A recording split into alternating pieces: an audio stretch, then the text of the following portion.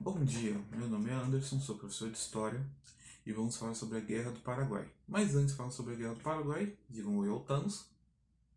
Depois de dizer oi ao Thanos, nós podemos começar com o tema. A Guerra do Paraguai é um conflito que vai acontecer entre 1864 até 1870, então uma guerra longa. Os países envolvidos foram Brasil, Argentina e Uruguai. Esses três se uniram numa coisa chamada Tríplice Aliança para lutar contra o Paraguai. Então, 3 contra 1. O combate vai acontecer porque o Paraguai estava tentando tomar territórios, né, tomar terras do Brasil e da Argentina. E também ele queria o controle da Bacia do Prata, que era um rio que fazia anexo entre os países e que servia de transporte, servia para fazer até colheita de minérios nesse rio. Então, essa briga vai ficar muito forte por causa disso também. E a Guerra do Paraguai vai terminar com a vitória da Tríplice Aliança, né? Brasil, Argentina e Uruguai. Tanto que é daí que também vai vir até alguns.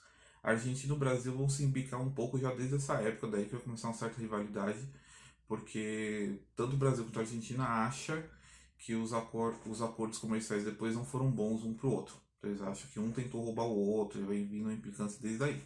Tá? As causas da Guerra do Paraguai. Explicando melhor. Tem a expansão do Paraguai, né? O Paraguai tenta crescer.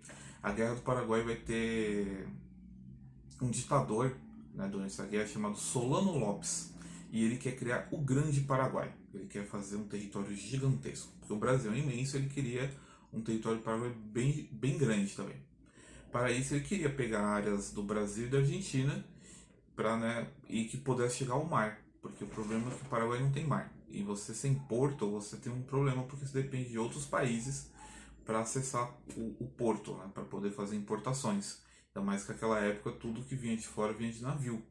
Então o Paraguai dependia de outros países, ele queria ter acesso ao mar. Então para isso ele tinha que tomar territórios. A navegação na Baía do Prata. Né? Então o Brasil queria poder usar o rio livremente para poder chegar em Cuiabá, no Mato Grosso. Ele queria usar o rio livremente, o Paraguai não queria deixar. O Paraguai queria cobrar taxas, queria proibir, então isso já gerou uma tensão entre os países. Como que era a situação do Paraguai antes da guerra? O Paraguai era um país agrário, quer dizer assim, basicamente era uma grande fazenda, assim, eles só plantavam. Só que aí com a chegada do Solano Lopes ao poder, lembrando que ditador é quando alguém tem o poder e ele não precisa da opinião de ninguém, ele não é eleito, ele não tem uma eleição. E ele geralmente toma todas as decisões sem consultar ninguém. Quando Solano Lopes assume o poder no Paraguai, ele investe pesadamente na indústria bélica. O que é indústria bélica? Armas. Ele vai investir pesadamente em armas para poder fazer os seus avanços de território, para poder tomar território de Brasil, Argentina. Então, desde a independência do Paraguai em 1811, o Paraguai procurou ficar longe dos conflitos dos outros, assim, conflitos que eram de países vizinhos. Por exemplo, como a Guerra da Cisplatina. Esse confronto ele acontece entre 1825 e 1828 e ele era do Brasil Império contra áreas ali que iam ser do Uruguai, que naquela época chamavam Províncias Unidas do Rio Prata, o que ia se tornar o Uruguai depois. E esse conflito vai ser por território. E o Paraguai decidiu não se meter. Então o Paraguai estava não se metendo nessas guerras dos seus vizinhos.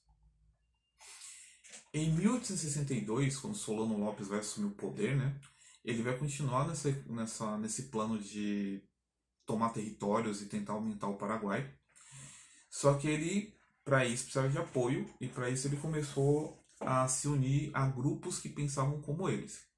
Tanto que aí vai entrar novamente o grupo lá dos blancos no Uruguai e alguns grupos políticos da Argentina.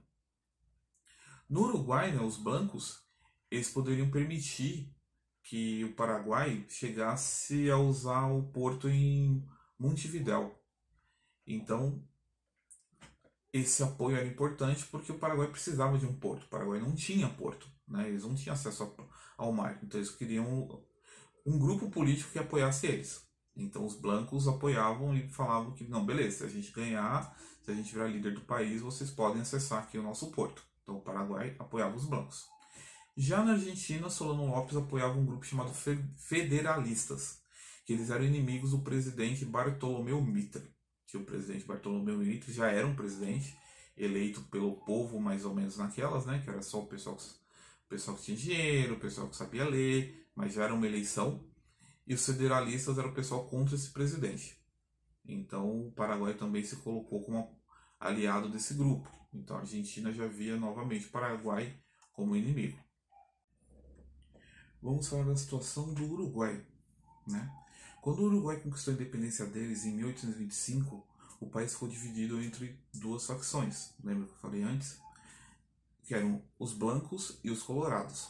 O Brasil e a Argentina vai se posicionar a favor dos colorados e Solano do Paraguai vai se posicionar a favor dos blancos.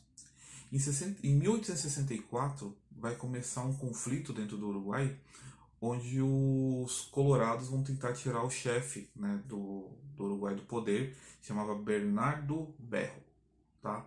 E isso vai iniciar uma guerra civil no Uruguai. Então os colorados pedem ajuda para o Brasil e o Brasil vai mandar tropas para o Uruguai. A Argentina também vai mandar tropas para apoiar os colorados no Uruguai. E do outro lado, o Solano, do Paraguai, vai mandar tropas para ajudar os blancos. Então essa guerra no Uruguai, que era só uma guerra dentro do país, vai ficar cada vez maior porque vai ter tropas vindo de outros países. Como o lado dos colorados tinha muito mais tropas, já que tinha o Brasil e a Argentina mandando apoio, os colorados conseguem derrotar, né, os blancos em 1864 mesmo, vai durar um ano. Só que enquanto isso, Solano Lopes vai atravessar o território argentino sem autorização do presidente Mitre, né, para atacar os brasileiros. Isso vai ser tipo a gota d'água, assim. A paciência vai ser esgotada com o Paraguai. E aí, tanto a Argentina quanto o Brasil vai ver isso como guerra. E o Uruguai, que ganhou o apoio deles, vai acabar indo para retribuir o favor. O início da Guerra do Paraguai, né? O início mesmo, assim, né? Note que é tudo em 1864 nesse momento. Solano Lopes vai mandar aprisionar um navio brasileiro chamado Marquês de Olinda, no Rio Paraguai, que rimava em direção a Cuiabá. Ele vai mandar prender esse navio. Era um navio mercante, quer dizer, era um navio de comércio, não era um navio de guerra. Só que o Solano desconfiava que tinha armas escondidas no porão, e não tinha, mas ele, né, mandou prender o barco.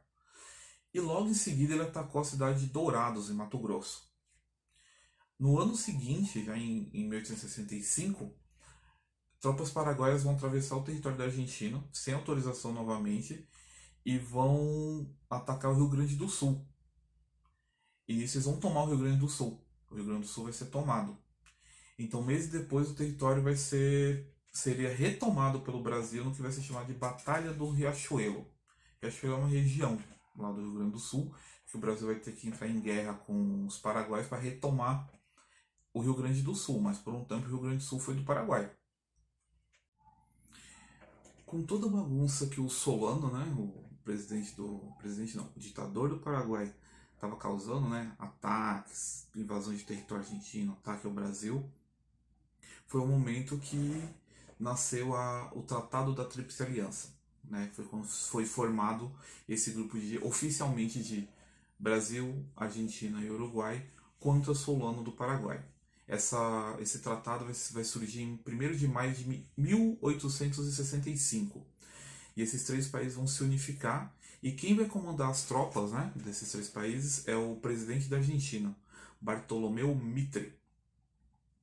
E aí essa batalha vai durar bastante tempo, né? São 6 anos de guerra. E tem a guerra, né? Porque assim, tem a guerra que é o confronto inteiro, a Guerra do Paraguai. E tem as batalhas, que vão acontecendo em momentos separados no decorrer dos anos. E tem algumas batalhas que são muito marcantes. Por exemplo, a Batalha de Tuiuti. 24 de maio de 1866 foi a Batalha de Tuiuti. Tuiuti era o local. Que terminou com 13 mil mortos. As forças paraguaias atacavam, né, num lugar pantanoso. Eles estavam com a vantagem. Só que por atraso da chegada de tropas, poucas armas, o lado brasileiro, argentino e uruguai acaba vencendo essa batalha. Só que assim, essa batalha morreu muita gente, né? 3 mil mortos. E essa batalha é considerada uma das maiores batalhas campais que já teve na América do Sul. O que é uma batalha campal? É uma batalha de campo aberto. Tá? É uma batalha que ninguém está escondido. As armas de fogo nessa época eram muito ruins. Então a arma de fogo geralmente você dava um tiro e tinha que recarregar, então geralmente era um tiro, o pessoal lutava com espada, o pessoal lutava com pontas nas armas, né, como se fossem lanças, então era uma batalha em campo aberto, você dava um tiro e corria para cima do inimigo. Então para ter 13 mil mortes foi uma batalha tipo, muito grande, muito grande. Outra batalha que foi chamada Retirada de Laguna. Em 1867, tropas brasileiras tentaram libertar parte do Mato Grosso que estava tomado pelo Paraguai. Uma coluna quer dizer uma tropa grande, partiu de Minas Gerais e foi até o Mato Grosso. Só que sofreu de várias doenças, falta de comida. Os brasileiros foram derrotados, né, nesse confronto e depois ficou reconhecido como a Retirada de Laguna, porque eles chegaram, começaram a perder e eles tiveram que se retirar, né, e ir embora. Então essa foi uma batalha que os brasileiros perderam, porque como era muito longe, faltou comida, muita doença, né? Lembrando nessa época que, por exemplo, desinteria matava muito, a famosa diarreia matava demais, assim, porque a pessoa ficava desidratada e começava a ficar com a saúde muito ruim. Tem a Batalha de Humaitá. Humaitá é um nome meio difícil, mas também é um território. Caxias, que era um dos líderes militares, que era o mais experiente do exército brasileiro. Ele foi chamado pelo governo imperial para organizar melhor essas tropas. Dessa maneira, ele foi expulsado por uma série de vitórias, né? Ele ganhou várias vitórias e ele foi capturado em Humaitá em 1868. E assim as tropas do Paraguai acabaram avançando, né? Quando pegaram o líder brasileiro, que era o Caxias, eles acabaram avançando. Então essas guerras vão durar muito tempo. E essas batalhas, né, vão enfraquecendo também, porque para sustentar essas batalhas não é só. Primeiro são vidas humanas, depois você tem que ter munição, você tem que ter metal para as lâminas, para as armas, para tudo isso, tem que ter comida, tem que ter recursos para o pessoal não morrer de frio à noite, tem que ter os remédios da época, então assim, uma guerra acaba gastando muito dinheiro. Então acaba tendo que se tomar. Como você recupera o prejuízo da guerra? O país que perder vai ter que cobrir esse prejuízo. Como que ele vai cobrir esse prejuízo? Pagando taxas, pagando impostos para os países que venceram. Então, realmente, guerra dá um prejuízo muito grande, mas os vitoriosos acabam conseguindo ter muito dinheiro. Por isso que guerra é rentável até hoje. Vários países investem muito em guerra. Por exemplo, hoje, os Estados Unidos, ele é o país que mais investe em guerra no mundo. O dinheiro que eles gastam no exército é equivalente a os outros 25 países que vêm atrás dele. Ele está em primeiro lugar, ele tem 25 países. Todos os 25 juntos não gastam tanto dinheiro em guerra quanto os Estados Unidos. Por quê? Porque guerra dá muito dinheiro. Você pega as coisas que estão no território dos outros, você faz tratados comerciais, então você acaba ganhando muito dinheiro com a guerra. Aí outra batalha também muito famosa é a Desembrada. Consiste em 3 batalhas travadas em Itororó, Havaí, Angostura e Lomas Valentinas, em dezembro de 1868. Por isso esse nome, né? Desembrada, porque foi 3 batalhas longas. E a seguida as tropas vão marchar sobre a cidade de Assunção, que é Paraguai, finalmente acabando com o conflito, né? Esse conflito vai ser levado até Assunção, que é a capital do Paraguai, e é por isso que o Paraguai é meio pequeno até hoje, por causa dessas invasões. Então, o final da Guerra do Paraguai, as consequências e algumas curiosidades, vou deixar para a próxima aula. Espero que você tenha gostado da aula e até a próxima.